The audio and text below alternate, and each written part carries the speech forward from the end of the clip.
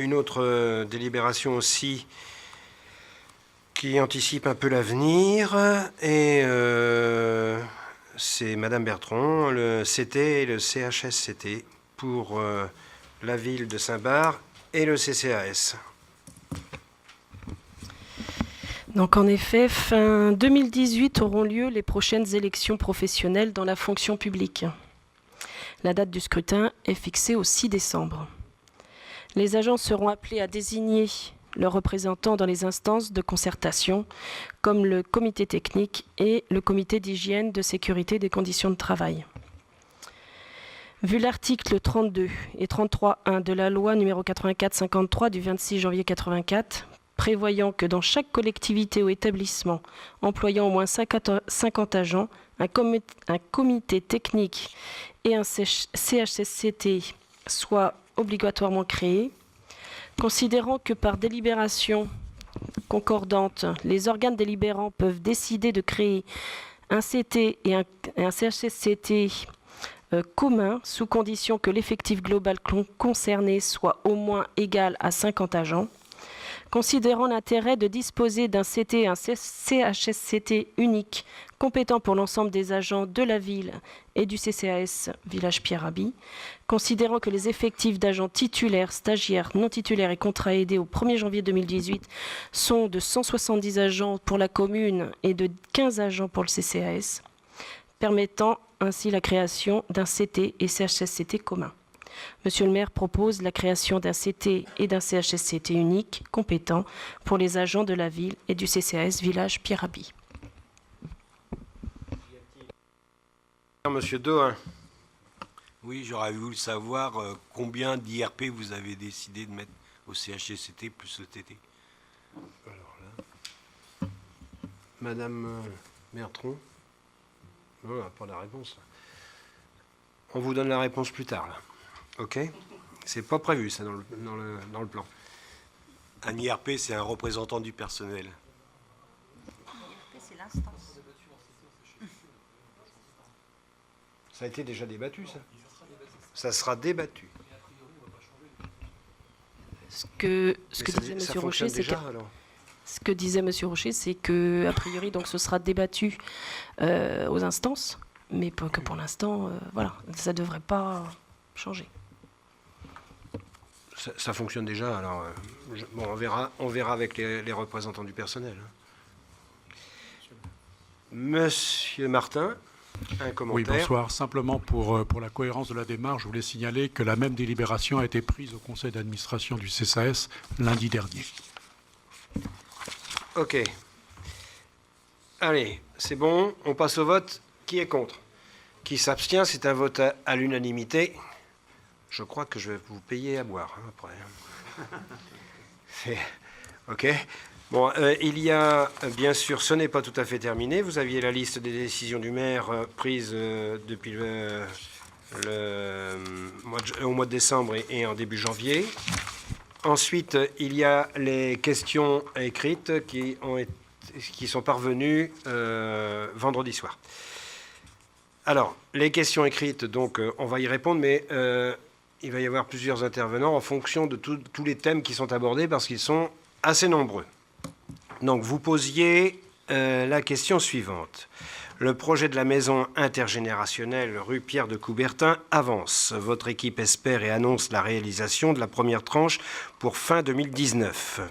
C'est en effet une annonce et une véritable espérance. À l'endroit prévu pour cette réalisation siègent actuellement diverses structures. Vous avez opté pour que l'étape et l'escale intègrent le rez-de-chaussée de la résidence intergénérationnelle, mais nous aimerions avoir les précisions suivantes. Les locaux prévus à cet effet au rez-de-chaussée seront-ils une location ou une accession?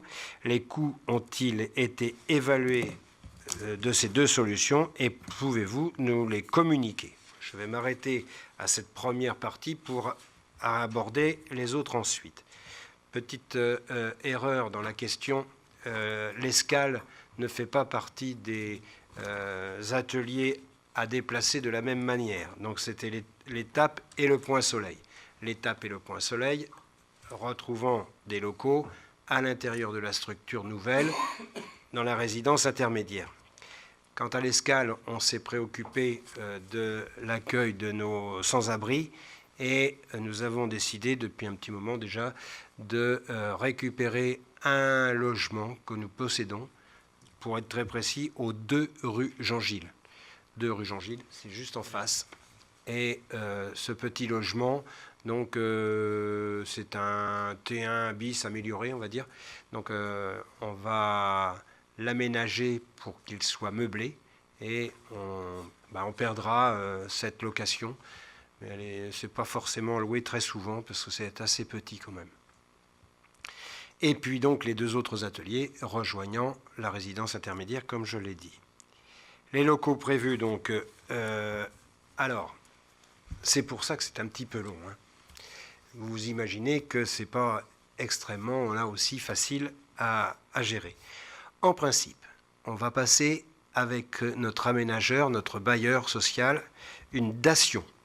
Alors la dation, j'ai été rechercher la définition exacte dans le dictionnaire, c'est une opération juridique par laquelle, en paiement de tout en partie de sa dette, un débiteur cède la propriété d'un bien ou d'un ensemble de biens lui appartenant. Donc c'est une espèce d'échange entre du foncier que l'on possède et ce que l'on va récupérer comme locaux. Donc en principe, c'est une opération dite blanche. Évidemment, ça nécessite quand même une évaluation des biens. Donc, il va falloir être extrêmement précis. Une évaluation des locaux neufs, de l'autre côté. Une évaluation de la déconstruction. Il y a ça aussi. Donc, la nécessité de l'intervention des domaines et nécessité de contrôle par notre notaire. Et peut-être une nécessité de négociation, on ne sait jamais. Donc ça demande, là aussi, un laps de temps, un calendrier, et on phase tout ça. Mais cette partie-là, elle est en cours, et on finalise, on va dire, février-mars. Voilà pour cette partie-là. Donc c'est bien une propriété qui nous appartiendra. Ensuite, donc, au 16 bis rue Pierre de Coubertin, Saint-Bar-Cyclo occupe depuis 2012 un local pour organiser les réunions de CA, bureaux, des commissions, être le lieu de départ, retour des sorties hebdomadaires, et pour faire des initiations à la connaissance du matériel et à l'entretien du premier niveau pour des informations au développement de la sécurité. Pouvez-vous nous dire les solutions auxquelles vous avez réfléchi pour que Saint-Bar-Cyclo puisse continuer à exercer ses activités associatives? Il semble que les diverses sollicitations du bureau de Saint-Bar-Cyclo n'ont pas pour le moment fait l'objet de réponses de votre part. Là, ça concerne le sport, donc Madame et les associations. Madame Tinchot. Donc je pense qu'en fait, il y a eu des échanges qui se sont croisés parce que la réponse a été faite la semaine dernière et nous les avons invités à nous rencontrer. Néanmoins, dans la réponse, on a quand même expliqué un petit peu le cadre de tous les biens qu'on met à disposition des associations qui vont plus dans une logique de mutualisation que de privatisation. Donc c'est sûr que pour ce qui est des réunions de CA, on va plutôt les inviter à réserver l'une des salles municipales qui sont disponibles sur la commune. Par contre, pour les autres besoins spécifiques à l'association, on va évaluer avec eux exactement quels sont leurs besoins. Et j'allais dire, on va les agréger avec l'ensemble des autres besoins des autres associations, puisqu'il y a aussi d'autres associations qui expriment des besoins. Nous, on a identifié aussi quelques autres qui sont peut-être dont les biens mis à disposition sont peut-être un peu surévalués par rapport à ce qu'on estime aujourd'hui. Donc on va essayer de remettre tout ça à plat. Et il y a un groupe qui fonctionne avec ma collègue élue à la culture et avec mes 2 collègues élus du village Pierre Rabhi pour couvrir l'ensemble des associations sportives, culturelles et sociales de façon justement à identifier à la fois les besoins et les ressources dont on dispose de façon à ce que tout le monde puisse exercer correctement son activité associative, sachant qu'il n'y a pas d'urgence absolue, mais c'est bien prévu qu'on leur permette de continuer leur activité dans de bonnes conditions. Pour l'instant, ils n'ont pas pris contact avec nous pour avoir ce rendez-vous. Voilà. Bien, c'est très bien de se préoccuper donc de la vie de nos associations, mais vous avez vu, on n'avait pas attendu votre question, puisque le courrier au président de l'association est en date du 22 janvier. Alors, je continue avec la sécurité des biens et des personnes sur notre commune. Lors de vos vœux, je vais lire comme c'est écrit, relayés par la presse, vous avez évoqué des problèmes de sécurité sur notre commune, précisant que même si ces faits sont minimes, il est important qu'une réflexion sur ce thème soit menée. Nous aimerions avoir plus de détails, non pas sur les actes identifiés, mais sur les pistes de réflexion, des solutions que vous avez, et surtout comment vous pensez associer les habitants et les minorités à cette réflexion de la plus haute importance. Pour cela, Monsieur Vicente.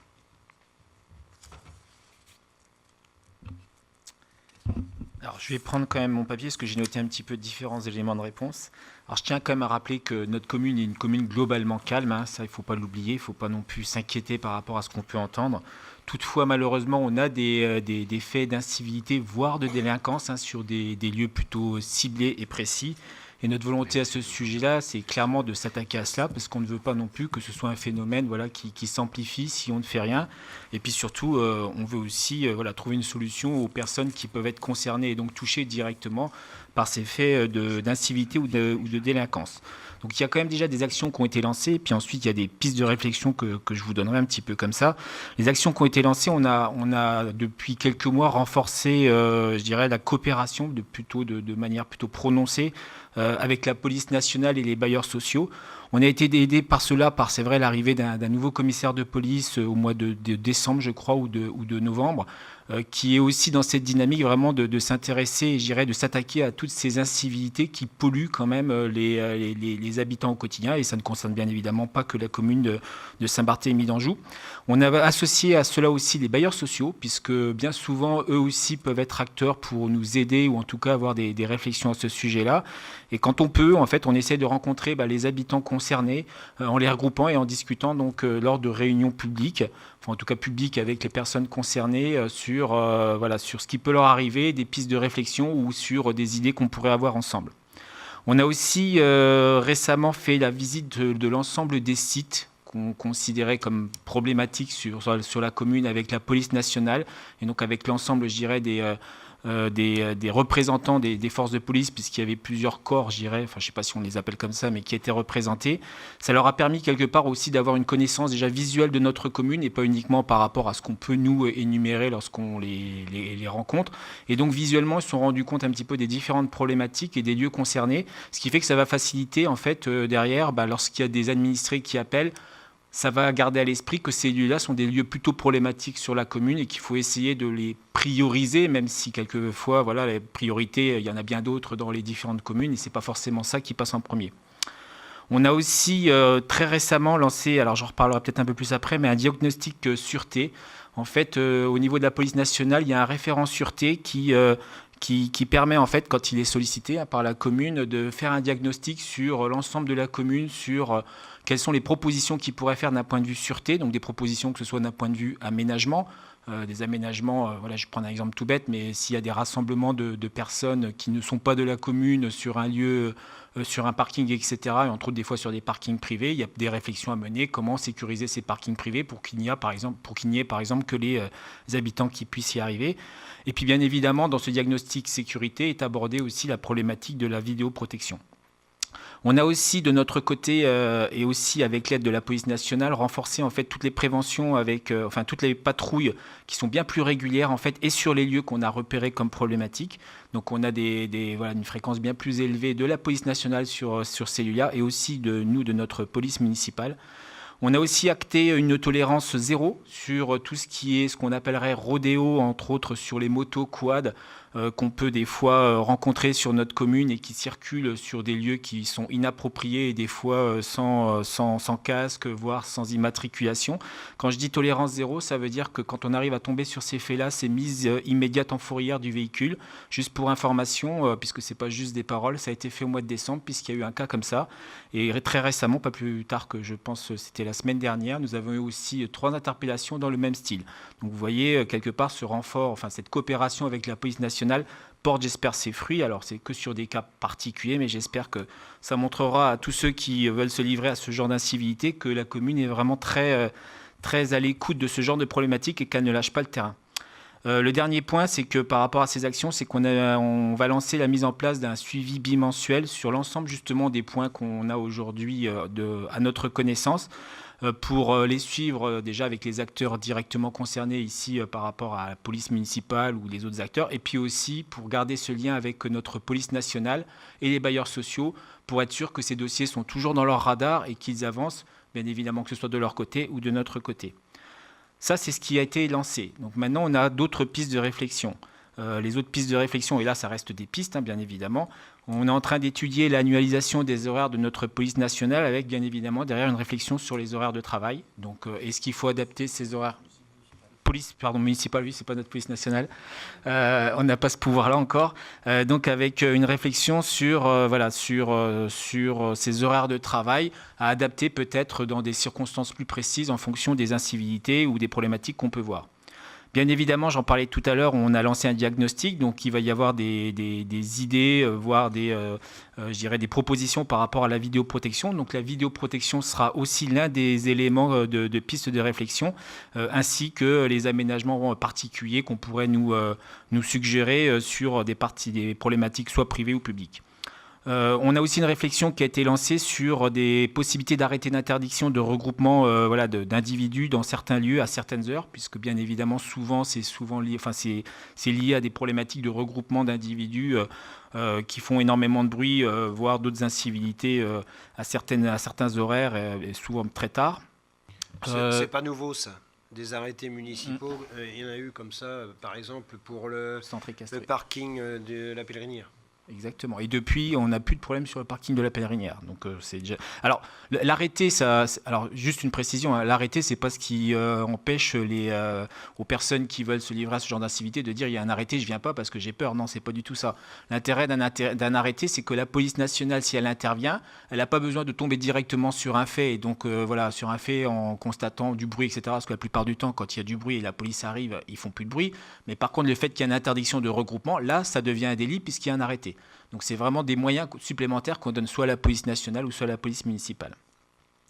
L'autre point qui nous semble important, c'est aussi d'augmenter un petit peu l'information et la communication qu'on doit donner aux habitants sur les procédures qu'ils doivent respecter, enfin qu'ils doivent faire lorsqu'il y a un problème. Parce que ce qu'on se rend compte, c'est que bien souvent aujourd'hui, les administrés, peut-être par lassitude, disent « je n'appelle plus le 17 parce que de toute façon, ils n'interviennent pas ». C'est vrai, la police n'intervient pas systématiquement puisqu'ils ont peut-être d'autres priorités. Toutefois, il est très important, et je leur ai dire ici, que les administrés qui sont concernés ou victimes de ce genre de problème doivent systématiquement appeler le 17. Même s'il n'y a pas d'intervention, ce sont des statistiques qui remontent dans la commune et ça nous permet, nous, d'appuyer nos dossiers lorsqu'on rencontre les acteurs de la police nationale pour dire, vous voyez, ici, il y a vraiment un souci puisqu'il y a plusieurs demandes qui vous ont été remontées. Quand il n'y a pas de demande, on a beaucoup plus de mal à vendre le problème que notre commune est sujette à certaines incivilités sur certains lieux. L'autre point qu'on va accentuer aussi, on l'avait fait l'année dernière, c'est qu'on va augmenter les opérations coup de poing sur la commune avec des contrôles communs que ce soit lié à l'alcool, la vitesse, tout ce qui est contrôle de papier, et aussi des contrôles liés à tout ce qui est stupéfiant, qui seront menés conjointement avec la police nationale et police municipale. Donc on a fait ça, c'était l'année dernière, si je me souviens bien, c'était une grosse opération de police qui avait eu lieu sur la commune un vendredi. C'était assez visible, donc on refera ce genre de choses qui permettent, je pense aussi, de montrer que la présence des forces de l'ordre est bien sur notre commune. Alors j'en profite aussi pour rappeler que là on parle des incivilités et de tout ce qui peut être délinquance. Alors je précise, c'est comme de la petite délinquance. J'en profite aussi pour rappeler que la vitesse et les stationnements dangereux sont aussi une priorité pour notre commune au même titre que ces incivilités et que nous avons aussi des actions très précises là-dessus puisque c'est tout aussi dangereux, je dirais, que les incivilités ou les faits de délinquance qu'on pourrait avoir. Je rappelle aussi une dernière fois qu'on pratique la tolérance zéro par rapport à tout ce qui est lié à l'irrespect envers notre police municipale. Donc systématiquement, lorsque j'ai vent d'une problématique d'irrespect vis-à-vis de la police municipale, je demande systématiquement à ce qu'une action soit entreprise. Parce que je pense que nos policiers municipaux sont aussi l'un des premiers représentants de l'ordre au niveau de notre commune et tout le monde doit le respecter, c'est-à-dire qu'il n'y a aucune distinction à partir du moment où il y a un irrespect, il y a une procédure qui est faite. Dernier point, au niveau de toutes ces idées, comme vous pouvez voir, il y a déjà des choses qui ont été lancées, des pistes de réflexion, mais je suis sûr qu'il y en a beaucoup d'autres, voire certaines qui sont peut-être des réflexions qui ne sont pas intéressantes pour notre commune. On n'a pas forcément la science infuse, ici tous autant qu'on est, donc on ne peut pas mener ce genre de réflexion tout seul. Donc ce qu'on se propose aussi, c'est par rapport à ça, de créer une commission extra-municipale où l'ensemble des élus, donc de la majorité, de la minorité, soit en fasse partie pour réfléchir à toutes ces pistes qu'on pourrait avoir et de définir derrière l'orientation qu'on donnerait sur notre commune par rapport à la sûreté. Dans cette commission municipale, alors ça reste encore à l'état de réflexion, je souhaiterais aussi bien sûr y intégrer les habitants via les conseils participatifs de secteur, des acteurs de la sûreté pour aussi nous aider sur les débats qu'on pourrait avoir. Je pense même qu'il faudrait qu'on ouvre cela à nos commerçants, puisque ce sont aussi les premiers qui peuvent être des fois touchés ou gênés par ce genre d'incivilité. Donc voilà, l'idée c'est de créer cette commission extra-municipale. Alors on reviendra vers vous dans les jours ou semaines à venir pour voir les modalités pour faire tout ça.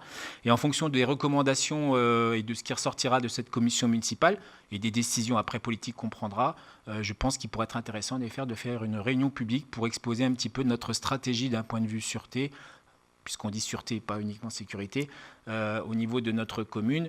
Toutefois, je ne veux pas non plus que tout ça que ça devienne anxiogène. Il n'y a aucun souci sur notre commune. Toutefois, il faut bien être préparé et régler les problèmes qu'on a au quotidien pour que demain, ça ne s'amplifie pas.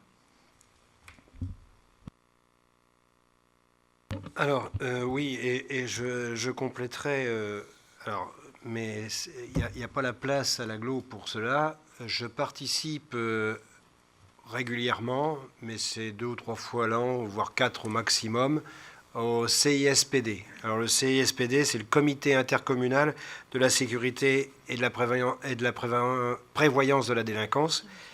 Et ceci permet au maire des communes ou à l'adjoint délégué à la sécurité d'y assister, et on aborde des thèmes particuliers. Le prochain, c'est le 9 février, et le thème, c'est par exemple la violence aux femmes. Bon, après, il y a des thèmes, on avait par exemple vendredi dernier aussi, mais c'était pas le CISPD, c'était plutôt un colloque sur les RICS interquartiers. Là, on n'est pas concerné, mais ça permet d'avoir des informations à ce niveau-là et à la limite d'avoir des données sociologiques, puisqu'il y avait un sociologue qui a été capable de nous expliquer un peu le phénomène et le pourquoi et les comment. Donc, des fois, on peut se dire, il y a des bonnes réflexions, par exemple, des solutions à apporter sur l'école, sur la petite enfance. On en est là. Dans certains quartiers, c'est important. Bon, moi, je me veux bien en faire un rapport quand c'est utile à la commission qui se mettra en place au fur et à mesure des thèmes abordés. Ça, c'est pas un problème. Mais c'est ou moi ou Monsieur Vicente qui peuvent y aller. Voilà, on a fait le tour. C'est un sujet qui, donc, est pris très au sérieux et on va finement rechercher des solutions. Le conseil privé, la fois prochaine, sera le jeudi 15 février à 20h. Alors le jeudi, exceptionnellement, vous vous rappelez, c'est en fonction du calendrier de l'agglo, d'ALM. Donc on aura un conseil municipal ensuite le jeudi 22 à 20h aussi. Et le prochain après, au mois de mars, sera le 26 mars. Voilà, j'ai fait le tour de toutes les questions. Merci beaucoup de votre participation, de ce débat. Et puis, je vous dis, ça se fait, puisque toutes les délibérations ont été votées à l'unanimité. Merci.